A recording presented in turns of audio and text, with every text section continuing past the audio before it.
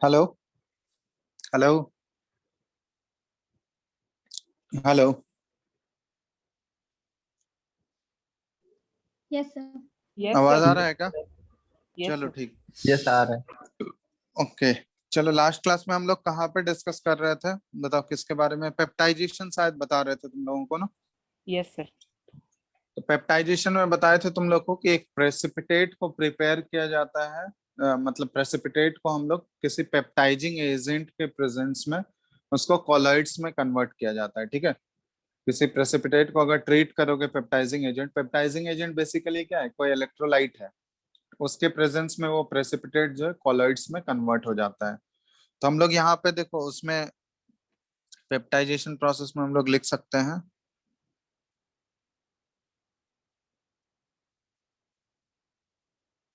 दिख रहा है ना स्क्रीन सबको? डेफिनेशन तो ऑलरेडी इसका हम लिखा ही चुके थे। ठीक है। यहाँ पे एक पॉइंट ऐड करके लिख सकते हो तुम लोग। During peptization the precipitate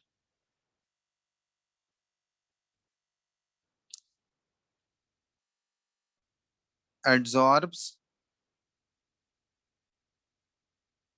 one of the ion of the electrolyte। ठीक है, ये साथ साथ ही लिखते जाना तुम लोग। One of the ion of the electrolyte on its surface. दिख रहा है ना? हेलो। हेलो। यस सर दिख रहा। चलो, तो ड्यूरिंग पेप्टाइजेशन क्या होता है? The precipitate adsorb one of the ions of the electrolyte on its surface. The adsorbed ion is generally common. ठीक है, ये बहुत ही इंपॉर्टेंट पॉइंट है। Common with those of precipitate, with those of precipitate. तो वो प्रेसिपिटेट जो है कौन सा आयन को एब्जॉर्ब करेगा इलेक्ट्रोलाइट का, वो डिपेंड करेगा कि कौन सा आयन जो है इलेक्ट्रोलाइट का वो प्रेसिपिटेट के साथ कॉमन आ रहा है। ठीक है, सिर्फ कॉमन आयन को ही वो प्रेफरेंशियली क्या करता है, अपने सरफेस पे एब्जॉर्ब कर लेता है।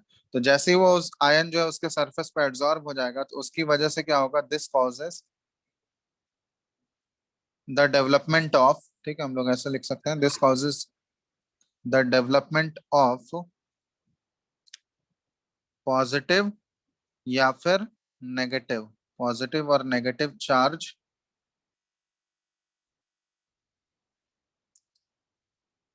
On the precipitates. ठीक है, which ultimately breaks into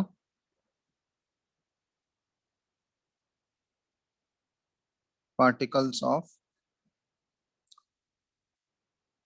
colloidal dimensions.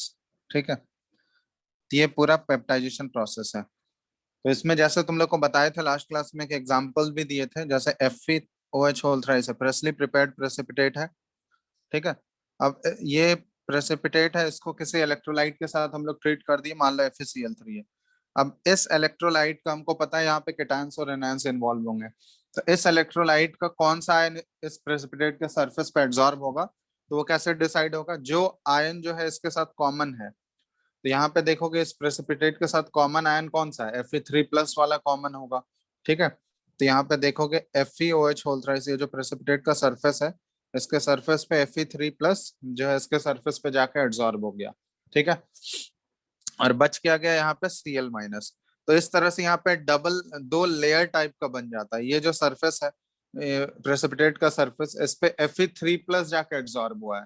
तो देखोगे यहाँ पे जो ये हमारा प्रेसिपिटेट का सरफेस हो गया ना, ये देखोगे अब प्रेसिपिटेट हमारा न्यूट्रल नहीं रहेगा, इसके ऊपर देखोगे ये पॉजिटिवली चार्ज प्रेसिपिटेट हो गया हमारा, पॉजिटिव।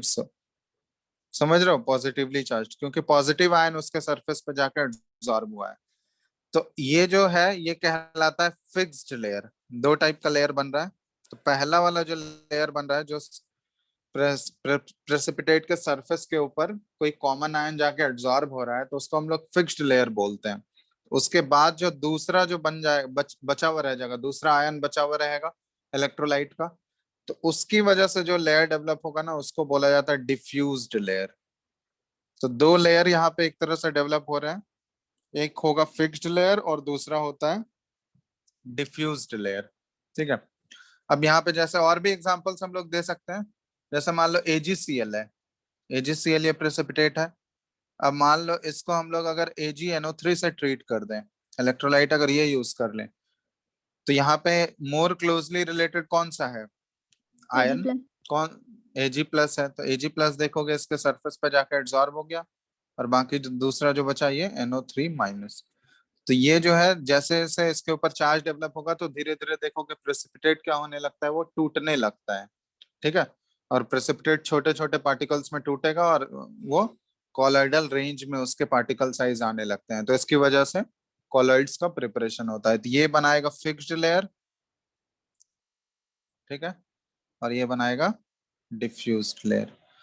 अब इससे जो कॉलॉइड बनने वाला है, ठीक है, देखो इससे जो कॉलॉइड बनेगा, अब हमको पता है कि इसके ऊपर चार्ज क्या आने वाला है, पॉजिटिवली चार्ज कॉलॉइड बनने वाला है या नेगेटिवली चार्ज कॉलॉइड बनने वाला है, बताओ कौन सा आयन उस प्रेसिपिटेट के सरफेस पे एब्जॉर्ब हो रहा है जाके यहाँ पे, इस केस में बताओ? Ag plus. Ag+, तो केटायन जाके एब्जॉर्ब हो रहा है, तो ऑब्वियसली जो हमारा ओवरऑल जो प्रेसिपिटेट के ऊपर चार्ज आ गया वो क्या आ गया, अब हमारा Positive. पॉजिटिव चार्ज आ गया। ठीक है, तो पॉजिटिव चार्ज आने की वजह से जो कॉलॉइड हमको उससे मिलेगा उस प्रेसिपिटेट से, वो कॉलॉइड भी हमको क्या मिलेगा, पॉजिटिवली चार्ज कॉलॉइड मिलेगा। ठीक है, तो ये ध्यान रखना।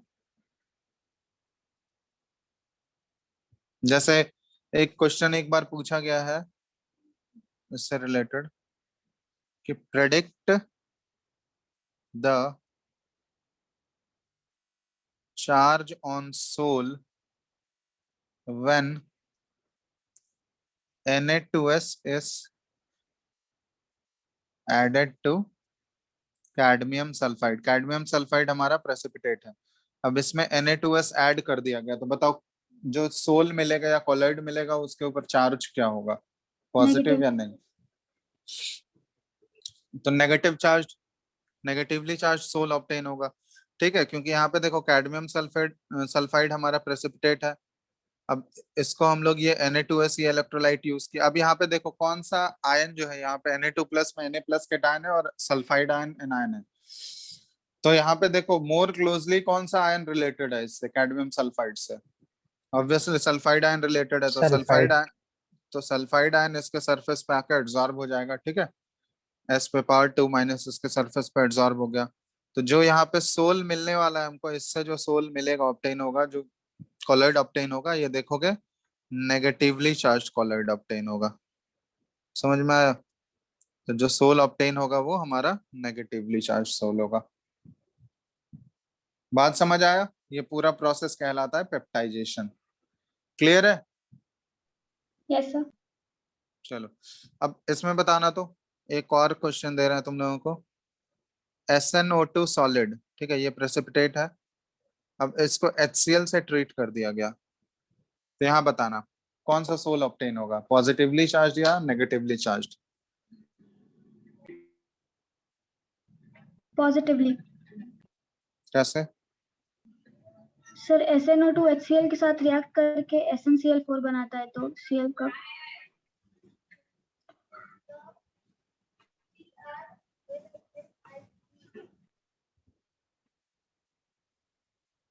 ठीक है, तो यहाँ पे देखो डायरेक्टली हमको कोई भी कॉमन आयन नहीं दिख रहा है इलेक्ट्रोलाइट के साथ।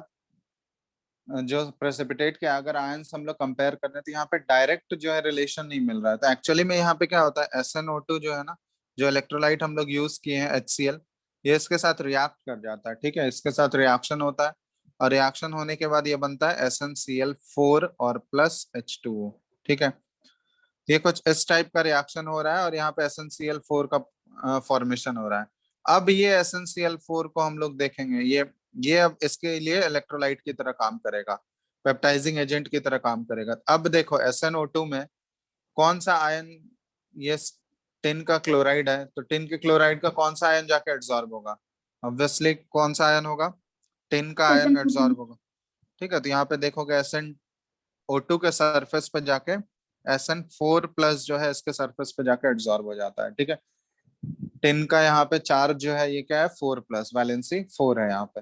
तो देखोगे ये इस टाइप का है। तो अब यहाँ पे देखो पॉजिटिवली चार्ज आयन जो है उसके सरफेस पे एब्जॉर्ब हुआ है, तो जो सोल ऑब्टेन होगा वो हमारा पॉजिटिव सोल ऑब्टेन होगा। ठीक है, तो यह ध्यान रखना। तो जहां पे अगर डायरेक्ट नहीं दिया हुआ रहेगा तो वहां पे देखेंगे कि पॉसिबिलिटी अगर केमिकल रिएक्शन का है तो केमिकल रिएक्शन करके वहां पे जो प्रोडक्ट आएगा रिएक्ट करने के बाद वो इलेक्ट्रोलाइट की तरह बिहेव कर रहा होगा। तो ये पूरा प्रोसेस जो है पेप्टाइजेशन हुआ, जो कि लियोफोबिक सोल को प्रिपेयर करने का एक तरीका होता है। चलो, हो गया, क्लियर है? इसमें कोई डाउट किसी को? नोट कर लियो सारा? Yes yes sir. और नो? चलो, तो ये हमारा प्रिपरेशन ऑफ लियोफोबिक सोल हो गया था। नेक्स्ट हम लोग जो इसमें पढ़ने वाले हैं ये purification of colloidal solution. Purification of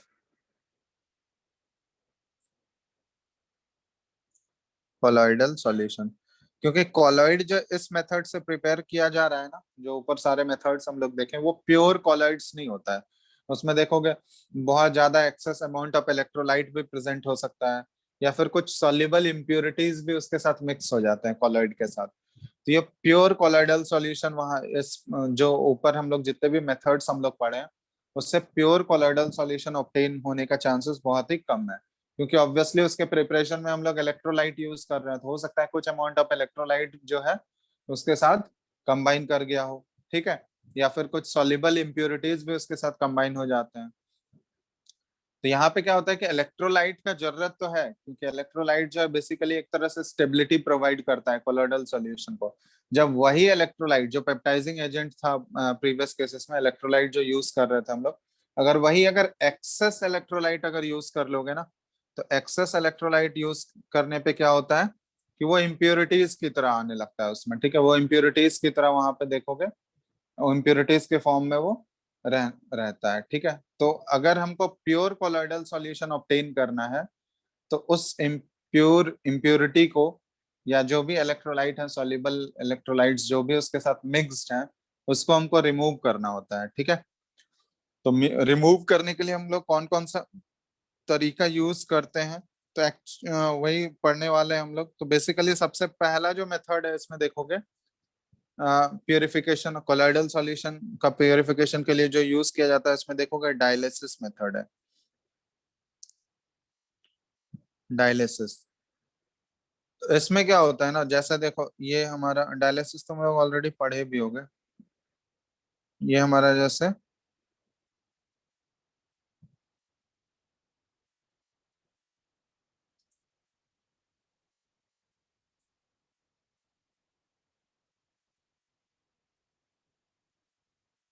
ठीक है, इस तरह से हम लोग बीकर ले लिए। अब इसमें देखोगे, इसमें हम लोग क्या किए, देखिए यहाँ पे ये हमारा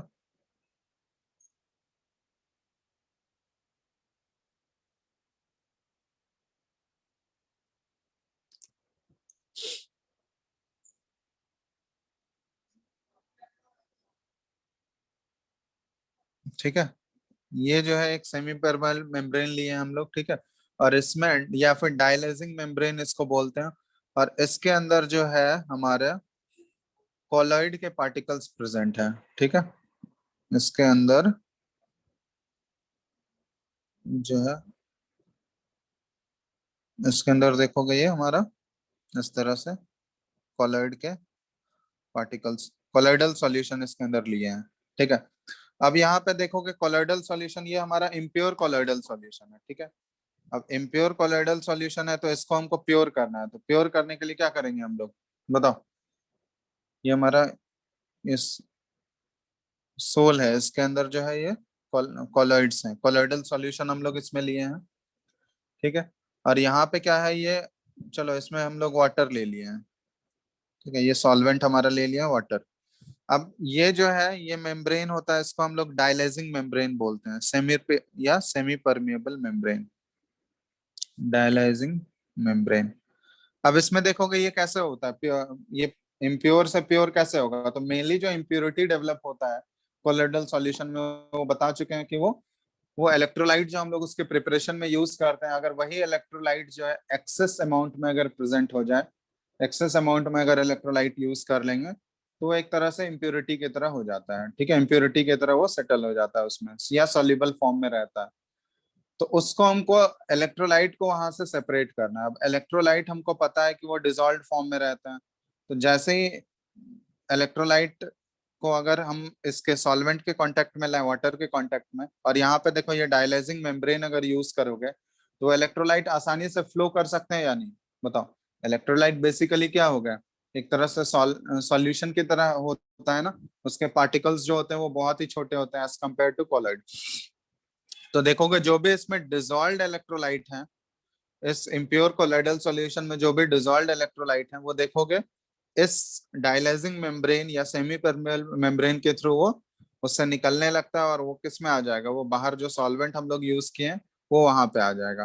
तो जितने भी मतलब एक्सेस अमाउंट में जो इलेक्ट्रोलाइट प्रेजेंट थे उस कोलाइडल सॉल्यूशन में, वो क्या हो गया, उस सेमी परमेबल मेम्ब्रेन के थ्रू वो निकल गया और वो सॉल्वेंट वाले बीकर में आ चुका है। ठीक है, तो इससे क्या होगा, हमारा कोलोइडल सॉल्यूशन में मतलब जितना इलेक्ट्रोलाइट का जरूरत था वो उतना बचा हुआ रह जाएगा, जो भी एक्सेस अमाउंट में इलेक्ट्रोलाइट वहां पे प्रेजेंट था वो उससे निकल गया।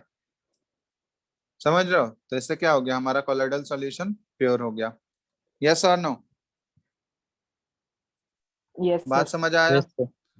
तो ये इसके बारे में हम लिख नहीं रहे, एक बार एनसीईआरटी से इसको पढ़ लेना, एनसीईआरटी में दिया हुआ है। ठीक है, तो एक बार उसको पढ़ लेना, ये हम एक्सप्लेनेशन समझ आ गया ना सबको, हम लिख नहीं रहे हैं इसको। अब ये जो पूरा apparatus हम लोग यूज कर रहे हैं ना उसको प्यूरिफाई करने के लिए कोलोइडल सॉल्यूशन को, इसको डायलाइजर बोला जाता है। ठीक है, इसको क्या बोला जाता है, डायलाइजर।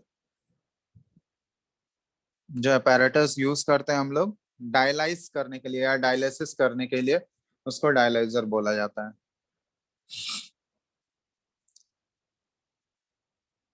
तो जो भी उस ये जो हम लोग apparatus यूज कर रहे हैं डायलाइजर है, उसमें ये जो हम, हेलो, ये कंटेनर जो यूज किया है ना जिसमें हमारा कोलॉइड का पार्टिकल्स है, तो उसको बाद में निकाल लोगे, जैसे ही उससे इलेक्ट्रोलाइट बाहर निकल गए तो उसको निकालोगे, तो उसमें जो भी बचेगा वो प्योर कोलॉइडल सॉल्यूशन बचा हुआ रहेगा। क्योंकि कोलॉइड के पार्टिकल्स जो है वो तो इस सेमी परमेबल मेम्ब्रेन के थ्रू फ्लो नहीं कर सकते हैं ना, समझ रहे हो। जो कोलॉइड के एक्चुअल पार्टिकल्स हैं ये उस सेमी परमेबल मेम्ब्रेन के थ्रू निकल सकते हैं बाहर, क्या ये बताओ, फ्लो कर सकते हैं वो, यस और no. Hello, no sir. No sir. तो वहां पे देखोगे ये जो हम लोग बीकर यूज कर रहे हैं या ये अपैरेटस जो यूज किए हैं, इसमें देखोगे ये कोलॉइडल पार्टिकल्स जो है वो अंदर में बचा हुआ रह जाएगा, तो उसको फिर सेपरेट कर लोगे तो वो हमारा प्योरीफाई हो गया। तो पहला प्रोसेस हो गया हमारा डायलिसिस। ठीक है, सेकंड प्रोसेस इसमें होता है प्योरिफिकेशन के लिए इलेक्ट्रोडायलिसिस यूज किया जाता है। तो इलेक्ट्रोडायलिसिस का मतलब क्या हुआ कि ये इसी का जस्ट एक एडवांस्ड तरीका है, क्योंकि डायलिसिस जो है, ये नॉर्मल जो डायलिसिस हम लोग कर रहे हैं, ये देखोगे ये प्रोसेस बहुत ही स्लो होता है। तो इसमें क्या किया गया ना, इलेक्ट्रिसिटी पास किया गया। ठीक है, इलेक्ट्रिसिटी पास करके इस प्रोसेस को फास्ट बनाने के लिए हम लोग क्या करते हैं, यहाँ पे दो इलेक्ट्रोड लगा दिया गया। ठीक है, यही प्रोसेस में क्या किया गया, दो इलेक्ट्रोड्स, देखो एक साइड कैथोड और एक साइड एनोड लगा दिया गया। अब हमको पता है कि उस उससे जो है हमको इलेक्ट्रोलाइट को बाहर निकालना है कोलोइडल सॉल्यूशन से। जो एक्सेस फॉर्म में इलेक्ट्रोलाइट प्रेजेंट है वही तो इम्प्योरिटी की तरह रहते हैं उसमें, तो उस इम्प्योरिटी में मेनली इलेक्ट्रोलाइट प्रेजेंट है, उस इलेक्ट्रोलाइट को बाहर खींचना है। तो जनरली जो ओरिजिनल डायलिसिस प्रोसेस है, नॉर्मल वाला जो डायलिसिस है, वो स्लो होता है, बहुत ही स्लो प्रोसेस होता है। तो उसको स्पीड अप करने के लिए क्या किया गया, इलेक्ट्रिसिटी, मतलब दोनों तरफ से हम लोग इलेक्ट्रोड्स लगा दिए। और हमको पता है कि जो इलेक्ट्रोलाइट प्रेजेंट है उसमें कैटायन और एनायन इन्वॉल्व होंगे। तो देखोगे जैसे ही उसमें इलेक्ट्रिसिटी पास करेंगे तो ऑब्वियसली देखोगे कैटायन और एनायन क्या होगा, रेस्पेक्टिव अपने इलेक्ट्रोड्स की तरफ मूव करेंगे, करेंगे ना। कैटायन देखोगे किसकी तरफ अट्रैक्ट हो जाएगा, कैथोड की तरफ अट्रैक्ट होगा, और एनायन जो है वो किसकी तरफ अट्रैक्ट होगा, एनोड की तरफ। यस और नो, बोलो। Yes sir. तो इससे क्या होगा कि वो प्रोसेस जो है हमारा बहुत ही प्रोसेस जो है डायलिसिस वाला प्रोसेस बहुत ही फास्ट हो जाएगा। तो इसलिए हम लोग इलेक्ट्रोडायलिसिस को एक तरह से एडवांस्ड फॉर्म ऑफ या मॉडिफाइड फॉर्म ऑफ हम लोग डायलिसिस प्रोसेस बोल सकते हैं। उसको स्पीड अप करने के लिए इलेक्ट्रिसिटी पास किया जाता है और दो इलेक्ट्रोड्स यहाँ पे हम लोग अप्लाई कर देते हैं, एक कैथोड और एक एनोड, जिससे कि अपोजिटली चार्ज्ड आयंस जो है वो रेस्पेक्टिव इलेक्ट्रोड्स पे आसानी से वो अट्रैक्ट होते जाएं। तो मतलब जितने भी इलेक्ट्रोलाइट अंदर प्रेजेंट थे वो तुरंत तुरंत बाहर निकल के रेस्पेक्टिव इलेक्ट्रोड्स पे जाके डिपॉजिट होते जाएगा। तो उससे हमारा प्रोसेस जो है प्यूरिफिकेशन का प्रोसेस वो क्या हो गया, फास्ट हो गया। समझ में आया? तो इसको बोला जाता है इलेक्ट्रोडायलिसिस। यस और नो? क्लियर है ना? Yes sir. यहाँ पे एक लाइन हम लिख देते हैं, इलेक्ट्रोडायलिसिस में एक्चुअली क्या हो रहा है कि the colloidal solution is placed between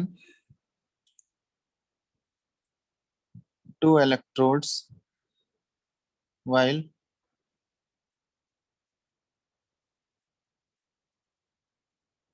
या फिर ऐसे टू इलेक्ट्रोड्स लिख लो, दो इलेक्ट्रोड के बीच में इसको कोलॉइडल सॉल्यूशन को प्लेस कर दिया गया, ठीक है। और यहाँ पे हम लोग बोल देंगे कि the ions present in the colloidal solution migrate out to the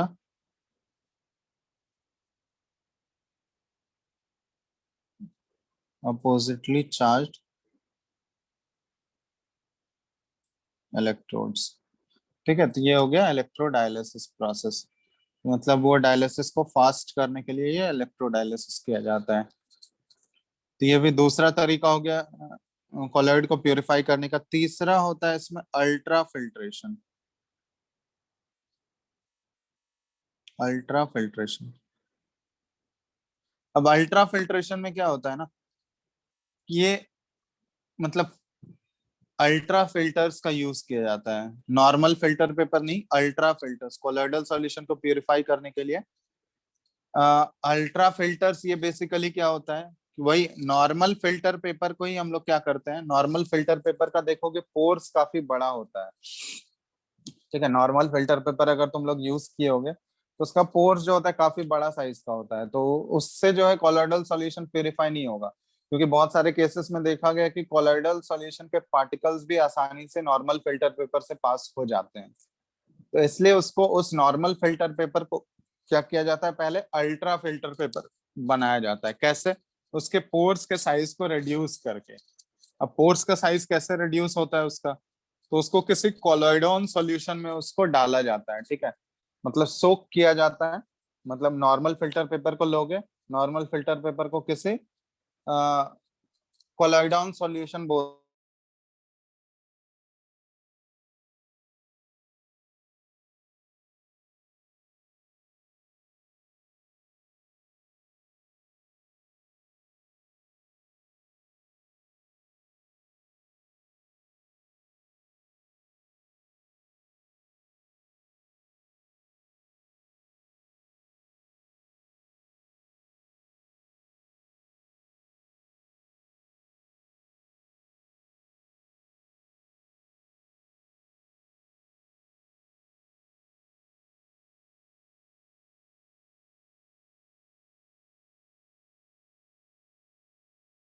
sir आवाज नहीं आ रहा।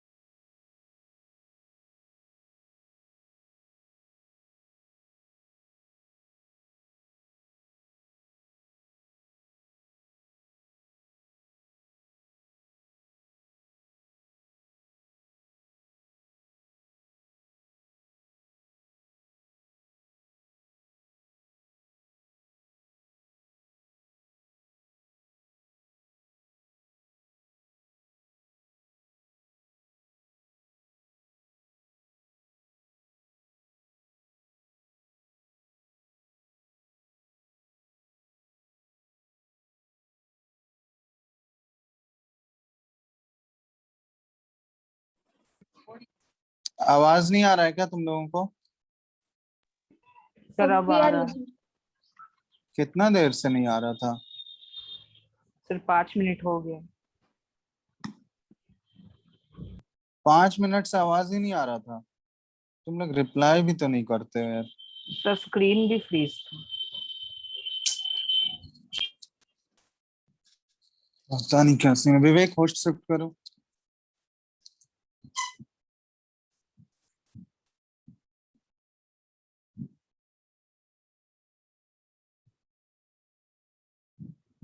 विवेक,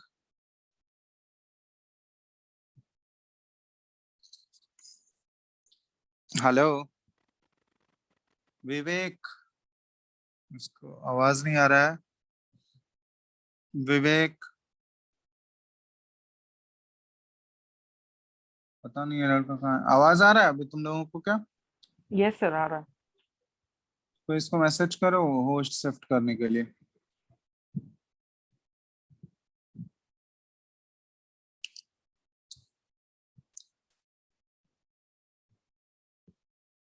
नहीं तो फिर रिकॉर्डिंग नहीं होगा ना। चलो देखो, स्क्रीन अभी दिख रहा है तुम लोगों को? Yes sir. ये अल्ट्रा फिल्ट्रेशन वाला तुम लोग देखे थे क्या? ये अल्ट्रा फिल्ट्रेशन, ये वाला सुने थे इसका explanation? Yes no sir. No नहीं सर। सर, वहीं पर अटक गया था। अच्छा, तो अल्ट्रा फिल्ट्रेशन क्या है ना, एक तरह से नॉर्मल फिल्टर पेपर तुम लोग देखे होंगे। नॉर्मल फिल्टर पेपर सब लोग देखे हो? यस और no? Yes sir. Yes sir, देखे तो हैं। बेसिकली नॉर्मल फिल्टर पेपर का पोर्स जो होता है ना, वो काफी बड़ा पोर्स होता है, ठीक है, बहुत बड़े बड़े पोर्स के साइज होते हैं उसमें। तो एक्चुअली उसमें अगर कोलोइडल सॉल्यूशन को उसके थ्रू अगर तुम प्यूरिफाई करने का कोशिश करोगे, तो देखोगे उसमें डिजॉल्व इम्प्योरिटीज जो है वो तो निकलता ही है, लेकिन उसके साथ साथ प्योर कोलोइडल पार्टिकल्स भी उससे आसानी से पास हो जाएंगे, क्योंकि पोर साइज उसका काफी बड़ा होता है। तो इसलिए उस नॉर्मल फिल्टर पेपर को क्या किया जाता है, पहले अल्ट्रा फिल्टर पेपर बनाया जाता है। अल्ट्रा फिल्टर पेपर कैसे बनाते हैं? तो उसके लिए उसका पोर्स कम करना होगा, पोर्स का साइज कम करना होगा।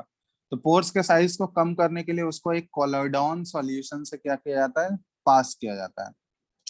पास करने का मतलब क्या हुआ कि उस नॉर्मल फिल्टर पेपर को ये जो कोलोइडॉन सॉल्यूशन है ना, इसमें सोक करते हैं हम लोग, ठीक है, उसको पूरा डिसॉल्व कर दोगे इसके अंदर, डुबा दोगे, सोक करना है, ठीक है। तो सोक करोगे तो ये क्या होगा, ये कोलोइडॉन सॉल्यूशन का यहाँ पे हम एग्जांपल दिए हैं। कोलोइडॉन सॉल्यूशन जो होता है वो क्या होता है, 4% solution of nitrocellulose in a mixture of alcohol and ether.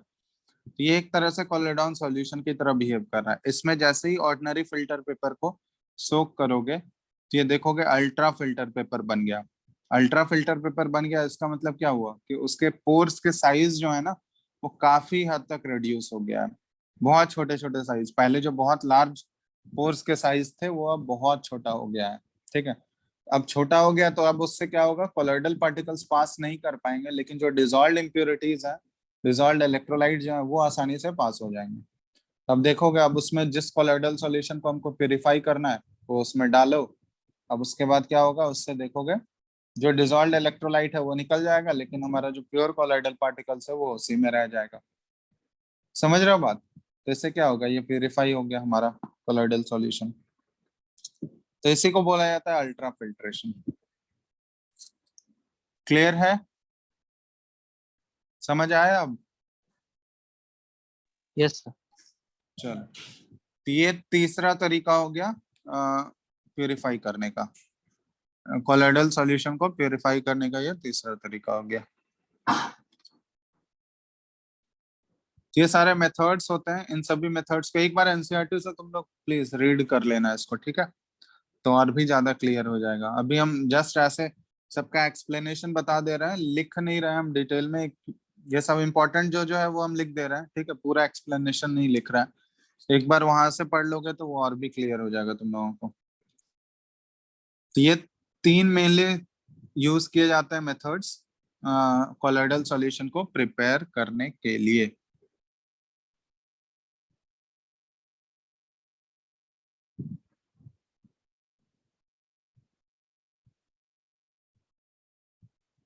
ठीक है,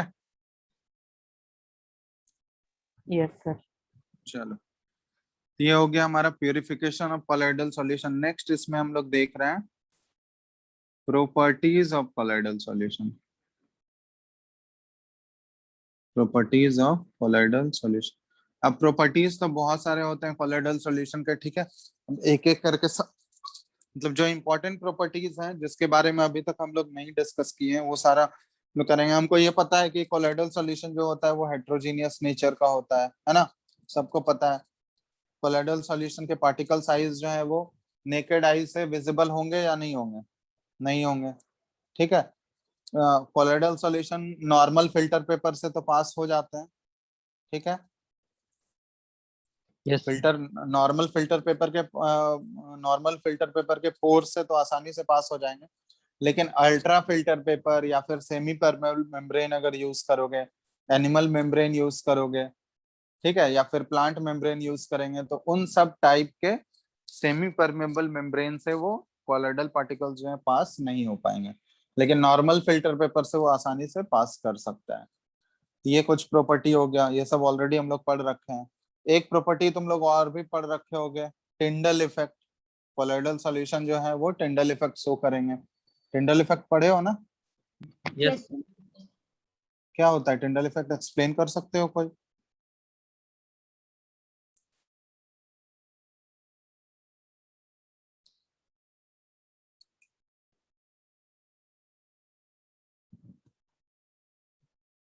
टिंडल इफेक्ट देखोगे ये ट्रू सॉल्यूशन में ऑब्जर्व नहीं होता है, कोलोइडल सॉल्यूशन में ऑब्जर्व होता है, ठीक है। एक्सप्लेन कर सकते हो कोई टिंडल इफेक्ट क्या होता है? सर स्कैटरिंग ऑफ लाइट्स वाला है ना, ये जो पार्टिकल्स दिखता है। एक्चुअली क्या होगा ना, जैसे यहाँ पे देखो, ये हम लोग इसको एक्सप्लेन कर सकते हैं। ये एक लाइन लिख दे रहे हैं पहले, इफ ए स्ट्रॉन्ग बीम, ठीक है, बीम ऑफ लाइट अगर तुम पास करोगे,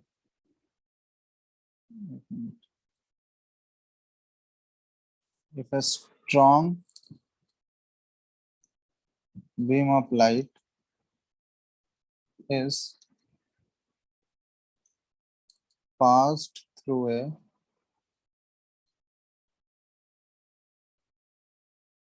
colloidal solution, ठीक है, placed in a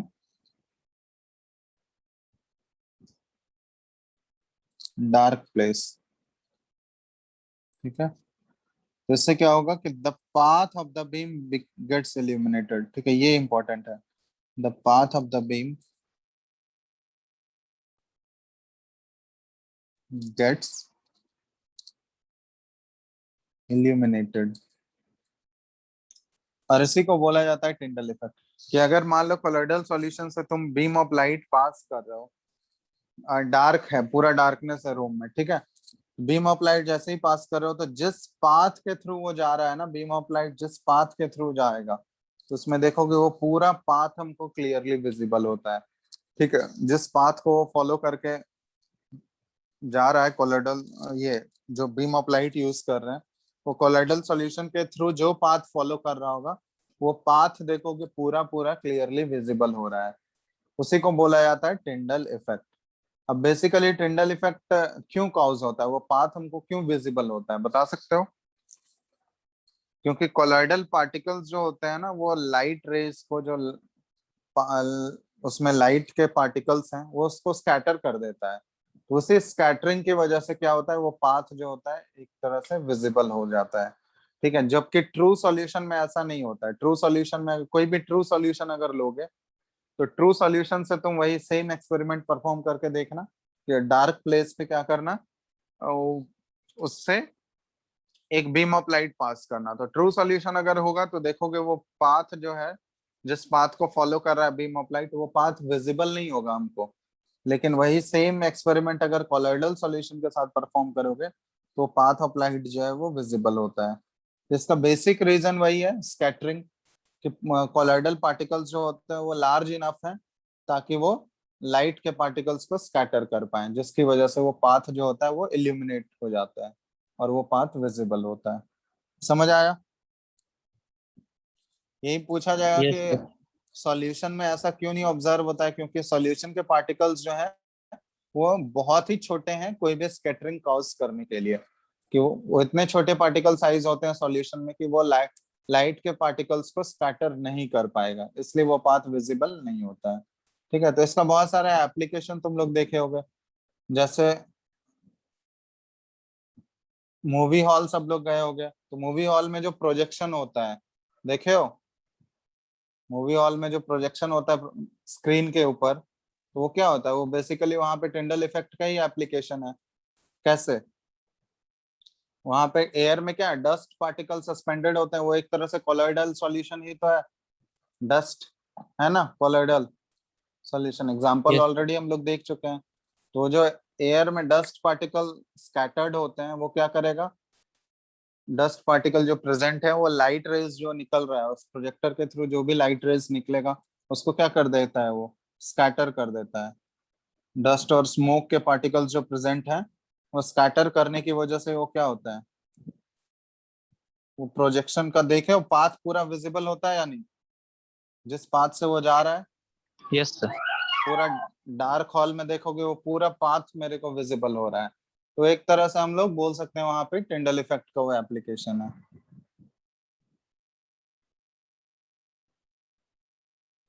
देखे होगे ना तुम लोग, वो जैसे ही प्रोजेक्टर ऑन होता है पूरा रूम डार्क होगा, तो वो देखोगे पूरा पाथ, जिस पाथ को फॉलो करके वो जा रहा है वो पूरा पाथ दिखता है उसमें। उसमें डस्ट के पार्टिकल्स भी तुमको बीच बीच में दिख रहे होते हैं, देखे हो। Yes, Yes. sir. तो वो जस्ट एक टिंडल इफेक्ट का ही एप्लीकेशन है। ठीक है, वो टिंडल इफेक्ट की वजह से ही वो पाथ हमको दिखता है, अगर वही ट्रू सॉल्यूशन होता तो वो पाथ विजिबल नहीं होता। अब टिंडल इफेक्ट के लिए दो कंडीशंस होता है, ठीक है, ये ध्यान रखना, ये पूछा जाता है कि टिंडल इफेक्ट ऑब्जर्व करने के लिए दो कंडीशंस जो है ये सेटिस्फाई होने चाहिए। पहला कंडीशन ये है, फर्स्ट कंडीशन, कि द डायमीटर, ठीक है ये इंपॉर्टेंट है, ध्यान रखना, the diameter of the dispersed particles is not much smaller than the wavelength of the light used। तो जो हम लोग लाइट यूज कर रहे हैं उसका जो वेवलेंथ होगा ना, और जो हमारा डिस्पर्स्ड फेस के पार्टिकल्स हैं उसका जो डायमीटर होगा, उन दोनों के बीच में बहुत ज्यादा डिफरेंस नहीं होना चाहिए, उन दोनों के साइज के बीच में। ठीक है, मतलब डायमीटर जो होना चाहिए डिस्पर्स्ड फेस का, वो बहुत ज्यादा छोटा नहीं होना चाहिए वेवलेंथ ऑफ लाइट यूज्ड, तो फिर उस केस में वो स्कैटरिंग नहीं हो पाएगा प्रॉपर। तो पहला कंडीशन तो ये हो गया कि अगर ये कंडीशन सेटिस्फाई नहीं हो रहा होगा तो टिंडल इफेक्ट ऑब्जर्व नहीं होगा। दूसरा ये है the refractive index. Refractive index सब लोग पढ़े होंगे लाइट चैप्टर में। Yes, sir. बेंडिंग एबिलिटी को वो बताता है ना। तो refractive indices of the dispersed phase and the dispersion medium।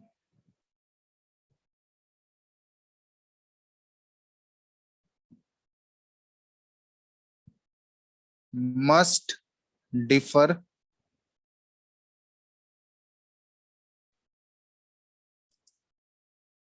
greatly in magnitude।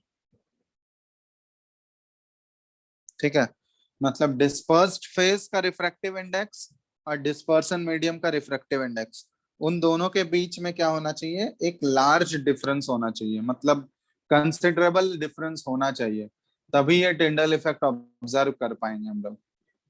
समझो, लाइट का स्कैटरिंग तभी पॉसिबल हो पाएगा इफेक्टिवली। तो ये दो कंडीशन सेटिस्फाई होंगे तभी हम लोग बोलते हैं कि टिंडल इफेक्ट ऑब्जर्व होगा।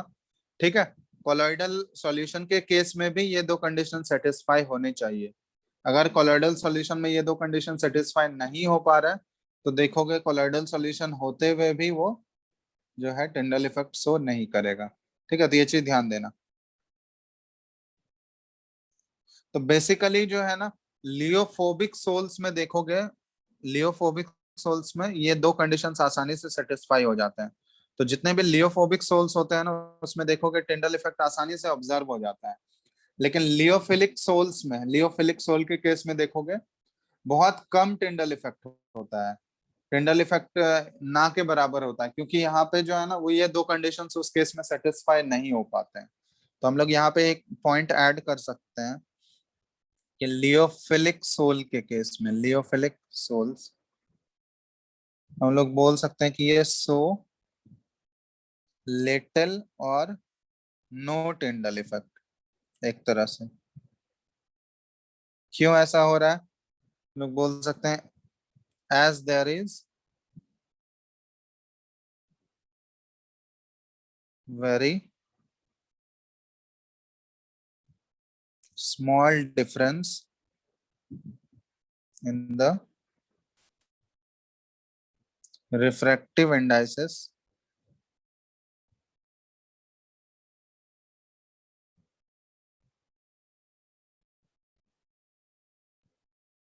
of the dispersed phase and the dispersion medium. तो इसके रिफ्रैक्टिव इंडेक्स में उतना ज्यादा डिफरेंस नहीं हो पाता है, जिसकी वजह से वो इफेक्टिवली जो है टिंडल इफेक्ट शो नहीं कर पाता है। ठीक है, तो ये ध्यान रखना, लियोफिलिक सोल में टिंडल इफेक्ट या तो बहुत ही कम ऑब्जर्व होता है या फिर बिल्कुल ना के बराबर। ठीक है, लेकिन लियोफोबिक सोल्स के केस में देखोगे वो बेसिकली ये दोनों कंडीशंस को सेटिस्फाई करता है, तो टिंडल इफेक्ट ज्यादा ऑब्जर्व होता है। समझ आ गया?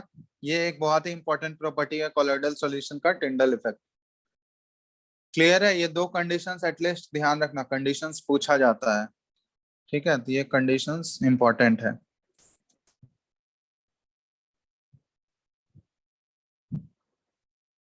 लिख लिया इसको।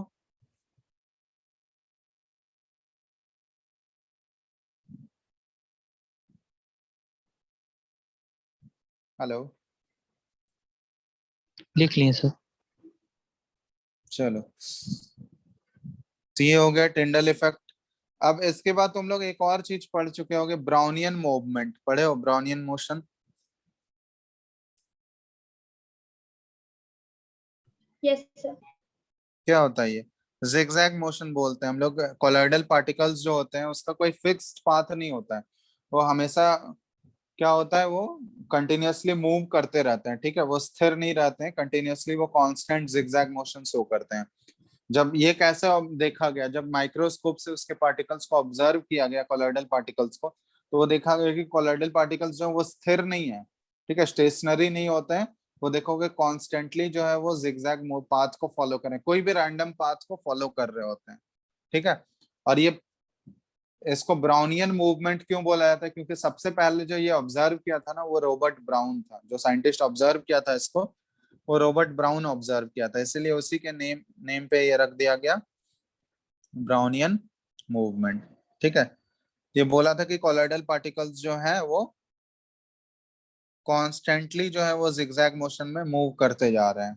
ठीक है, तो इसी को बोला जाता है ब्राउनियन मोशन।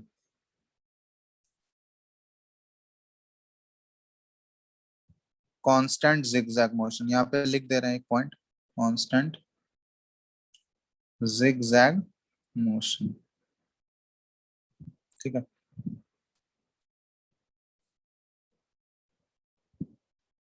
अब इसमें एक चीज है, एक पॉइंट है यहाँ पे, ये इंपॉर्टेंट है। ये जो मोशन है ना, पार्टिकल्स का motion, this motion is independent on the nature of colloid. ये जो मोशन है ना, नेचर ऑफ कॉलॉइड पे इंडिपेंडेंट होगा, but depends on the size of the particles and the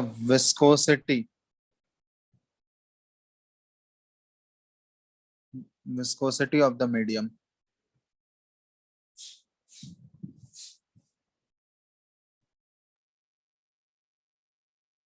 medium या फिर सॉल्यूशन। ठीक है, ये चीज ध्यान देना कि ये जो जिगजैग मोशन होता है वो नेचर ऑफ कॉलॉइड पे तो डिपेंड नहीं करेगा, इंडिपेंडेंट होता है, बट साइज ऑफ पार्टिकल्स पे डिपेंड कर रहा होगा, क्योंकि साइज जितना बड़ा होगा पार्टिकल का उसका देखोगे मोशन क्या होगा, उतना स्लो होगा, और जितना छोटा साइज का पार्टिकल होगा उसका देखोगे फास्टर होगा, मोशन उसका उतना ही फास्ट होगा। तो हम लोग यहाँ पे लिख सकते हैं। और दूसरा विस्कोसिटी पे भी डिपेंड करता है। विस्कोसिटी समझते हो ना तुम लोग? Yes sir. विस्को तो विस्कोसिटी जितना ज्यादा होगा, विस्कोसिटी सॉल्यूशन का जितना ज्यादा होगा उसमें देखोगे मोशन क्या होगा कोलॉइडल पार्टिकल्स का, उतना स्लो हो जाएगा। और जितना कम विस्कोसिटी होगा, ठीक है, जितना फ्रीली फ्लोइंग होगा सॉल्यूशन हमारा कोलॉइडल सॉल्यूशन, तो देखोगे उसमें पार्टिकल्स का मोशन भी क्या हो जाएगा, वो फास्ट हो जाएगा। तो हम लोग लिख सकते हैं smaller the size and lesser the viscosity. जितना छोटा साइज हो और विस्कोसिटी जितना कम हो, मोशन क्या होगा, उतना ही फास्ट होगा। तो फास्टर इज द मोशन। तो जितना छोटा साइज और विस्कोसिटी जितना कम, उसका मोशन क्या होगा, उतना ही फास्ट होगा। एक और चीज है इसके मोशन को इम्पैक्ट करने के लिए, टेम्परेचर से भी इम्पैक्ट हो जाएगा मोशन, क्योंकि टेम्परेचर अगर हम लोग बढ़ाएंगे तो काइनेटिक एनर्जी क्या होता है पार्टिकल्स का, इंक्रीज होता है। और काइनेटिक एनर्जी अगर इंक्रीज होगा तो देखोगे मोशन क्या हो गया, वो बहुत ही फास्ट हो जाता है। तो हम लोग बोल सकते हैं कि इसके मोशन को बढ़ाना है अगर हम लोग, तो टेम्परेचर राइज करने पे, हाई टेम्परेचर पे देखोगे मोशन क्या हो जाता है, बहुत ही फास्ट हो जाता है। तो हम लोग बोल सकते हैं कि ये जो जिगजैग मोशन है या ब्राउनियन मोशन है, this motion becomes intense at high temperatures, high temperature। तो ये हो गया ब्राउनियन मूवमेंट या फिर ब्राउनियन मोशन। फटाफट नोट करो इसको।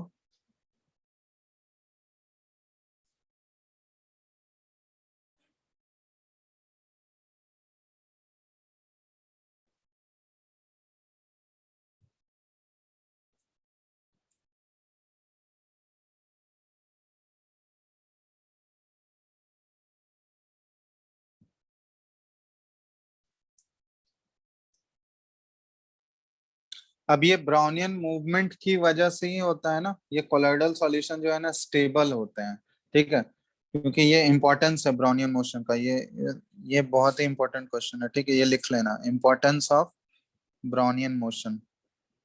ये एक्चुअली किस चीज को एक्सप्लेन करता है?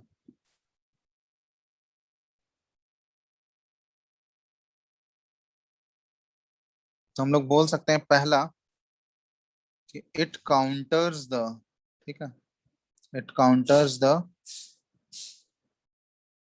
force of gravity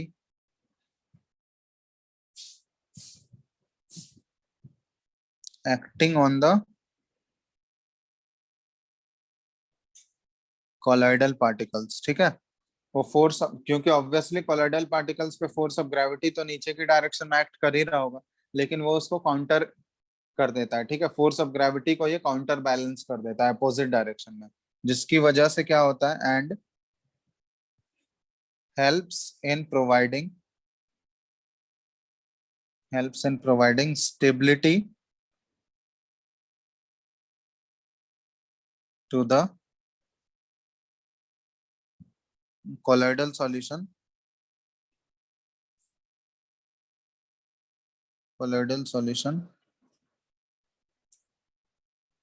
by not allowing them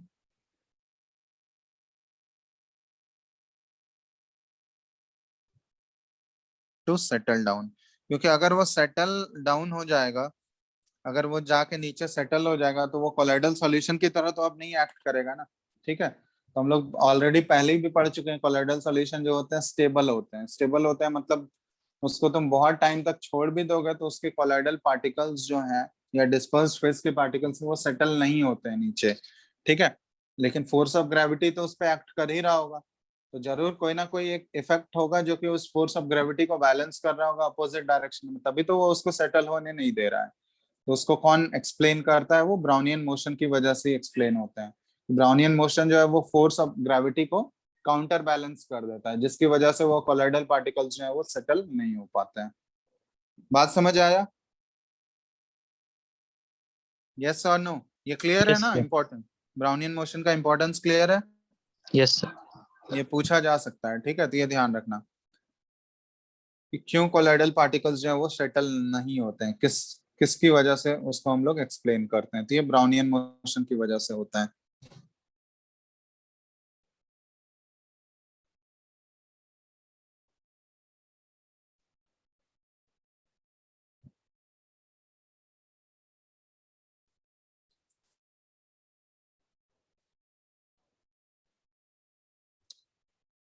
ठीक है, फटाफट उसको लिख लो, देख लो एक बार यहाँ तक। हम लोग बेसिकली अभी तक कोलाइडल सॉल्यूशन का प्यूरिफिकेशन कर लिए, प्रॉपर्टीज कर लिए। अब इसमें से बस एक टॉपिक और बच गया, कोगुलेशन वाला, कोगुलेशन ऑफ कोलाइडल सॉल्यूशन। वो कोगुलेशन करना है और इमल्सन का छोटा सा पार्ट है। तो एक क्लास और लगेगा, नेक्स्ट क्लास में ये चैप्टर तुम लोग का खत्म हो जाएगा, ठीक है? तो तुम लोग क्वेश्चंस इसके अगर बना रहे हो तो बनाओ, अभी नेक्स्ट क्लास में हम क्वेश्चंस भी डिस्कस करेंगे। और एक दो, हाँ बोलो। सर ये तो पूरा थ्योरी है, मेंस में क्या क्वेश्चन आता है इससे? मेंस में क्या क्वेश्चन आता है? थ्योरी वाले चैप्टर से क्वेश्चन नहीं आता है।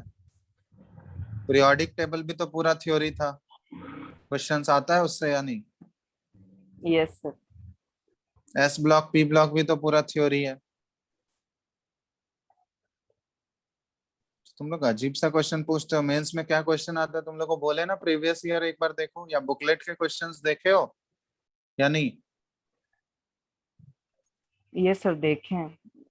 बायोलॉजी तो जो पढ़ता है वो तो पूरा थ्योरी ही रहता है, तो उससे कैसे क्वेश्चन पूछा जाता है ये बताओ? क्वेश्चन का मतलब सिर्फ न्यूमेरिकल थोड़ी ना होता है, थ्योरी से क्वेश्चन नहीं बनाया जा सकता है। हमारे स्कूल एग्जाम्स में ऑब्वियसली पूछे जाएंगे, वो तो वहां पे सब्जेक्टिव होता है, यहाँ पे ऑब्जेक्टिव फॉर्म में पूछा जाएगा। तुम लोग का ये सिलेबस तो आ गया ना शायद यस सर, 12th में? आज ही आया है। तो क्या है मतलब, सिलेबस कैसे डिस्ट्रीब्यूट किया गया है? वो पार्ट 1 पार्ट 2 करके या कुछ यस, रैंडमली हुआ है? पार्ट 1 पार्ट 2 करके डिस्ट्रीब्यूट किया और कुछ कुछ चैप्टर्स कर दिया है। अच्छा, चैप्टर से हटा दिया गया है या कुछ कुछ पोर्शंस? हटाया है। तो पार्ट 1 जो तुम लोग का नवंबर में एग्जाम है, दिसंबर में कब है? यस, नवंबर दिसंबर। हाँ, तो उसका क्या है सिलेबस? सर इसमें एक मिनट।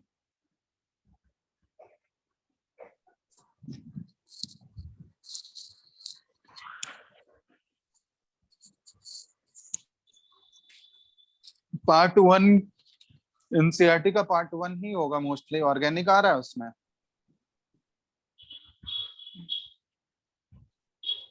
सर इस चैप्टर के बाद कौन सा चैप्टर स्टार्ट करेंगे? सर सर पार्ट बोल। 1 में solid state solution, p block, hello hmm. Alkane, hello arene, अच्छा अल्कोहल, फिनॉल ईथर और बायोमोलिक्यूल। अच्छा अच्छा, मतलब रैंडमली दोनों को मिक्स करके दिया गया है, ऐसा नहीं है कि पूरा तुम्हारा फिजिकल ही आएगा। Yes sir. तो फिजिकल के दो चैप्टर हो गए, सॉलिड स्टेट और सॉल्यूशन। सॉल्यूशन, और एक इनऑर्गेनिक का हो गया पी ब्लॉक। Yes sir. चलो, और ऑर्गेनिक के दो चैप्टर्स हो गए, हेलो अल्केन हेलो अरीन और अल्कोहल फिनॉल ईथर। बायोमोलिक्यूल्स भी है। बायोमोलिक्यूल्स तो अलग, हाँ एक तरह से बोल सकते हो बायोमोलिक्यूल्स। ठीक है फिर, तो तुम लोग का इधर सरफेस केमिस्ट्री तो हो ही जाएगा अगली क्लास में कंप्लीट। इसके बाद तुम लोग का कौन सा चैप्टर होगा? इसके बाद तुम लोग का ऑर्गेनिक का क्लास चलेगा। यस ऑर्गेनिक तुम सर। लोग का, इसके बाद तुम लोग का ऑर्गेनिक उधर चलेगा, क्योंकि ऑर्गेनिक का ही तो मेजर पोर्शन अब बचा हुआ है। फिजिकल तो इधर कंप्लीट ही हो गया तुम लोग का, एक क्लास में और कंप्लीट हो ही जाएगा। सर इनऑर्गेनिक भी बचा हुआ। इनऑर्गेनिक में एस ब्लॉक हो ही गया होगा, पी ब्लॉक हो ही गया होगा। पी पी ब्लॉक ब्लॉक मतलब नहीं हुआ। पी ब्लॉक नहीं हुआ है, पी ब्लॉक तो इनऑर्गेनिक का क्लास नहीं हो रहा है क्या तुम लोगों को? No sir. Sir Vishal sir से पूछे थे तो बोले थे आप करवाएंगे, मतलब सरफेस केमिस्ट्री के बाद। अच्छा, लास्ट वीक में क्लास नहीं हुआ था? सर 3 वीक से क्लास नहीं है। अच्छा, ठीक है पहले भी देखते हैं। एक ही क्लास लगता था वीक में। ठीक है देख लेंगे, डिस्कशन कर लेंगे। तो एस ब्लॉक हो गया इनऑर्गेनिक में तुम लोगों का? Yes sir. अच्छा, अब पी ब्लॉक में एक भी चीज स्टार्ट नहीं हुआ है, ग्रुप 1 ये ग्रुप 13 14 कुछ भी नहीं हुआ है। No sir, E block start नहीं। ठीक है चलो वो हम डिस्कस कर लेंगे। केमिकल बॉन्डिंग का कुछ कुछ पार्ट्स बचा हुआ था, वो सब हो रहा था। अच्छा ठीक है वो हम डिस्कशन कर लेंगे, तो जो होगा तो इसके बाद वही पी ब्लॉक ही, तब तुम लोग ऑर्गेनिक उधर पैरेलल में चलेगा, फिर इधर एक क्लास लगेगा, एक क्लास काफी है वीक में, या एक, बाकी ऑर्गेनिक का ही तो मेजर पोर्शन है, पहले वो कंप्लीट करना जरूरी है। ठीक है, क्योंकि उससे ज्यादा नंबर ऑफ क्वेश्चंस आएंगे ना। और पी ब्लॉक भी इम्पोर्टेंट चैप्टर है, पी ब्लॉक ऐसा नहीं है कि इम्पोर्टेंट नहीं है, तो पी ब्लॉक भी करेंगे, पैरेलली चलेगा दोनों का क्लास। ठीक है यस सर। Yes sir. चलो, चलो फिर तो अगले क्लास में ये चैप्टर हम कंप्लीट कर देंगे। देख लेना इसके क्वेश्चंस किस टाइप के आ रहे हैं, बुकलेट से पहले क्वेश्चंस बनाओ, थ्योरी रीड कर, तुम लोग को बार बार तो बोल ही रहे हैं हम, एक बार प्रीवियस ईयर के क्वेश्चंस देखो, अपने आइडिया लग जाएगा कौन कौन से क्वेश्चंस आ रहे हैं इस चैप्टर से, किस टाइप के आ रहे हैं। ठीक है, तो हम नेक्स्ट क्लास में करवाएंगे भी ऐसे क्वेश्चंस। चलो नेक्स्ट क्लास में करवाते हैं, तुम लोग बनाओ भी अपने से कुछ, अगर हो रहा है तो बताना, यस सर। डाउट आ रहा है कुछ तो। चलो अगले क्लास में कंटिन्यू करते हैं। Thank you sir. चलो थैंक यू।